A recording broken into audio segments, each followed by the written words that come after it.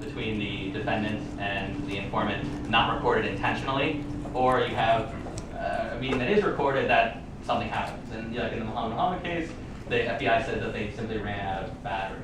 There wasn't a reason why. And to me, it's a little hard to believe. And I quote a former FBI agent in the book who talks about this, which, the FBI has sophisticated equipment, right? I mean, this is a premier law enforcement agency in this nation. You don't think they're going to Best Buy and buying equipment. I mean, they have pretty good stuff.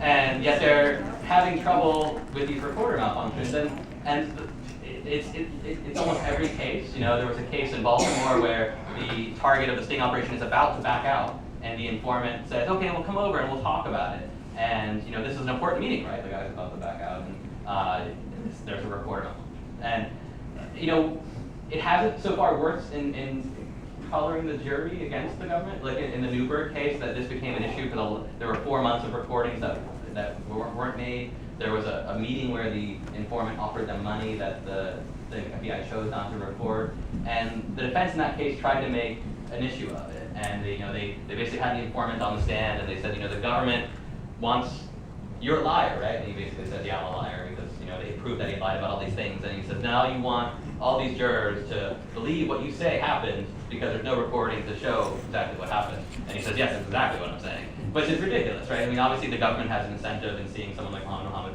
prosecuted, and because there's no recording of it, the jury has to rely on this government agent who says what happened.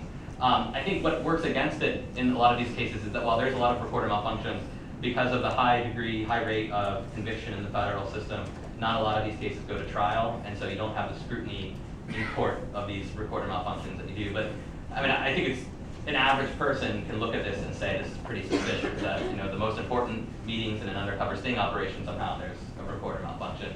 And I haven't been able to prove it beyond that, but it certainly that's what I write about in that chapter of the book, that how often this happens and why it might be happening. So when you say they don't go to trial, you mean that we bargained, or? Yeah, because in conspiracy to use a weapon of mass destruction, you're looking at 25 to 35-year minimum sentence. If you take a plea for 12, a lot of these men are in their early 20s. It's with the record of conviction in the federal system in general over 90%, in terrorism cases even higher. It's pretty stiff. So a lot of these guys ultimately choose to take a plea.